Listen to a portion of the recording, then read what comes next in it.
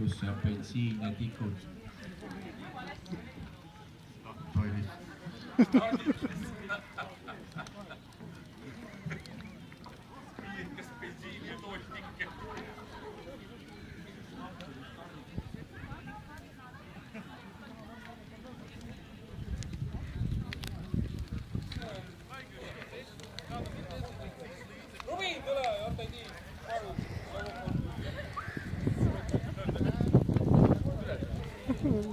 Ja tänasel õhtul nüüd küll enam keegi külma tundma ei pea, sest lõkke on süttinud ja sooja jagub meil varaste hommikutundideni.